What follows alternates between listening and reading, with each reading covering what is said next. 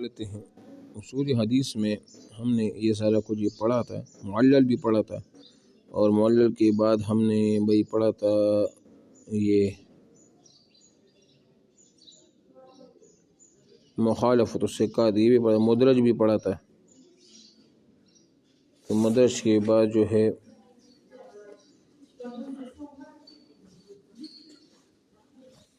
مقلوب آج ہم پڑھیں گے۔ کون سا مقلوب؟ یہ قلب سے ہے، 184 نمبر سے مقلوب کسی حدیث کو کہا جاتا ہے، یہ بھی مردود حدیث میں سے ہے۔ مقلوب، مقلوب کا معنی ہے قلب، یعنی پیر دینا۔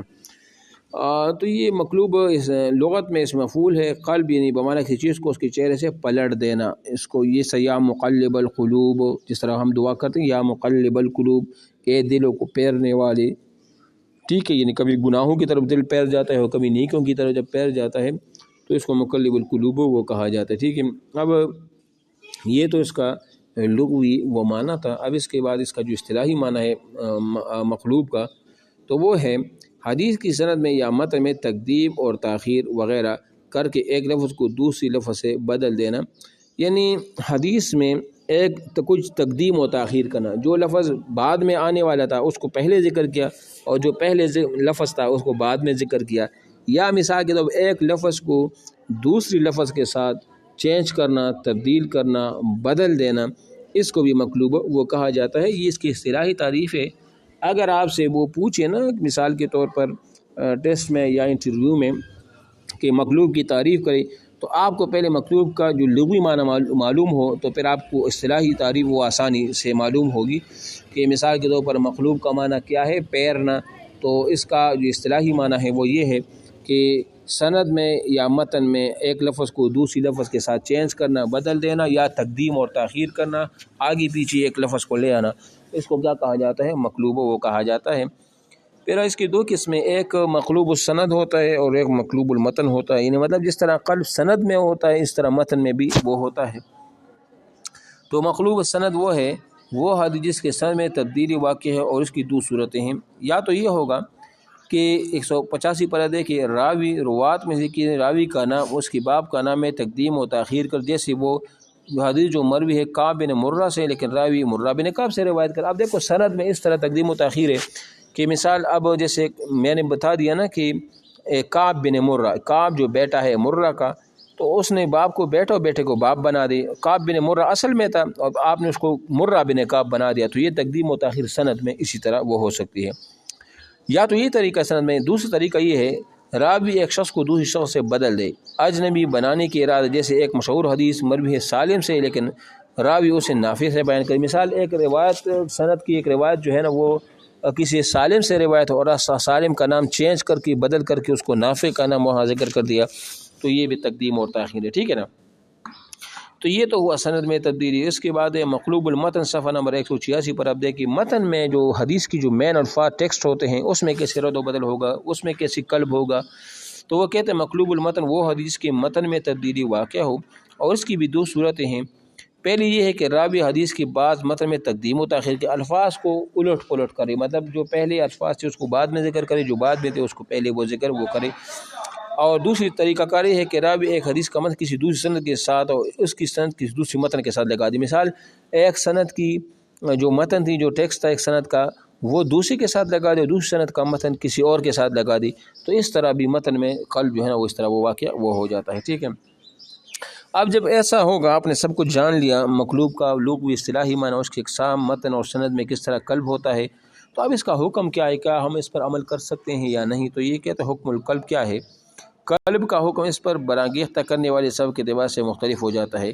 اگر قلب اجنبی بنانے کے ارادے سے ہو تو اس کے عدم جواز میں کوئی شک نہیں، اس لیے کہ اس میں حدیث کو تبدیل کرنا اور یہ حدیث وضع گڑنے والوں کا عمل ہے، یعنی کہ اس کو اجنبی بنانے کے لیے، مطلب یہ کہ کوئی اس کو پہچان نہ سکے، تو یہ تو پھر گڑنے والی بات ہے۔ اس طرح اگر جان بوجھ کے کوئی تقدیم و تاخیر کرے، الٹ پلٹ کرے اور ایک نام کو دوسری نام سے چینج کرے، تو یہ تو بالکل جیسے گڑنے والی بات ہے، یہ وہ والی ہوگی۔ دوسرا جو اس کا طریقہ ہے وہ یہ ہے کہ اگر قلب امتحان کے ارادے سے ہو تو جائز ہے۔ مثال کے طور پر جس طرح امام بخاری تھے، تو امام بخاری جب چھوٹے تھے اس وقت وہ حدیث کو لکھا نہیں کرتے تھے، تو حدیث جب لکھتے نہیں تھے تو کسی نے شکایت کی استاد سے کہ استاد صاحب یہ لکھتا نہیں ہے، تو استاد نے کو استاد نے اس سے پوچھا کہ آپ کیوں سبق یاد نہیں کرتے؟ انہوں نے کہا کہ مجھے سارے سبق یاد ہیں۔ تو استاد نے ایک حدیث کی سند کے بارے میں پوچھا اور استاد نے اس حدیث کو الٹ پلٹ کر دیا تاکہ استاد کو پتہ چلے کہ واقعی امام بخاری جو ہے انہوں نے صحیح یاد بھی کیا یا نہیں کیا۔ لیکن جب استاد نے سند کو الٹ پلٹ کیا، متن میں کچھ تبدیلی کی، تو امام بخاری نے کہا کہ یہ سند ایسے نہیں تھی اور اس طرح یہ متن بھی ایسا نہیں ہے، آپ نے اس میں کچھ نہ کچھ گڑبڑ کیا ہے، یہ ایسا نہیں ہے۔ پھر استاد کو پتہ چلا کہ واقعی امام بخاری جو ہے نا ان چیزوں کو وہ یاد وہ کرنے والے ہیں۔ تو پہلی صورت تو بالکل ناجائز ہے، اگر اجنبیت کی خاطر یا ویسے اس میں تبدیلی وغیرہ کرے وہ تو ناجائز ہے، لیکن اگر امتحان کی غرض سے ہو، جیسے کہ میں نے امام بخاری کا واقعہ آپ کو سنایا، تو پھر اس طرح کرنا جو ہے نا یہ ٹھیک یہ رہے گا، ٹھیک ہے نا۔ اچھا جی، اس کے بعد صفحہ نمبر 189 پر آپ دیکھیں المزید فی متصل اسانید۔ اس کا کیا مطلب ہے؟ اصطلاح میں مزید کا معنی ہے زیادہ اور متصل کا معنی ہے منقطع کی ضد ہے، اور متصل کا معنی جڑا ہوا پیوست، اس کو متصل وہ کہا جاتا ہے، ٹھیک ہے۔ اب جو اصطلاح میں ہے کسی راوی کی زیادتی بیان ہو ایسی سنگ جو ظاہراً وہ متصل ہے، کیا مثال کے طور پر مزید فی متصل اسانید کا مطلب یہ ہے کہ ایک حدیث کی ایک سند ہے وہ پہلے سے متصل ہے اور کوئی راوی اس میں کسی راوی کا اضافہ کرے جو پہلے سے ایک سند متصل ہے، اس میں کسی اور راوی کو ایڈ کر دے، ایک اور راوی اس میں پلس کر دے، جمع کر دے، تو اس کو مزید فی متصل الاسانید کہیں گے۔ کیا مطلب؟ مزید مطلب زیادہ کرنا ایسی سند میں جو پہلے سے متصل ہے اور اس میں کسی راوی کو زیادہ کرنا، تو اس کو مزید فی متصل اسانید وہ کہا جاتا ہے۔ اب ہم کیا کریں گے؟ مثال کے طور پر اگر کوئی سند ایسی ہو جس میں کسی راوی کو زیادہ کیا گیا ہو، اب اس کا کیا حکم ہے؟ اس کا حکم یہ ہے، میں آپ کو مختصراً بتا دوں کہ ہم دیکھیں گے کہ یہ سند کہیں اور کسی اور نے بھی اس سند کو روایت کیا ہوگا، یہ سند ایک تو نہیں ہوگی، اور راویوں نے بھی اس سند کو روایت وہ کیا ہوگا، تو پھر ہم دیکھیں گے کہ جہاں پر زیادتی آئی ہے کیا وہ خود ثقہ راویوں نے یہ کام کیا ہے، مقبول راویوں نے یہ کام کیا ہے، اوتھینٹک راویوں نے یہ کام کیا ہے۔ اگر انہوں نے یہ کام کیا ہو، کسی روایت کے سند میں کسی راوی کا اضافہ ہو اور وہ اضافہ کرنے والے اوتھینٹک لوگ تھے یا وہ ثقہ راوی تھے، تو پھر ان کی روایت کو قبول وہ کیا جائے گا، اور جنہوں نے اس راوی کا اضافہ نہ کیا ہو اور وہ اس سے زیادہ اوتھینٹک نہ تھے، وہ مستند راوی نہ تھے، وہ ثقہ نہ تھے، تو پھر ان کی روایت کی سند کو رد کیا جائے گا اور اس پر عمل کیا جائے گا۔ اور اگر یہ کام کسی غیر مستند اور غیر اوتھینٹک اور اس طرح یعنی کہ غیر ثقہ راوی نے سند میں اضافہ کیا ہو اور جو اور تھے انہوں نے ثقہ راوی انہوں نے اضافہ نہ کیا ہو، تو پھر ان کا ثقہ کی سند کو قبول کیا جائے گا، اور جو زیادتی کی ہے جس نے سند میں اس کو ہم وہ رد کریں گے، ٹھیک ہے۔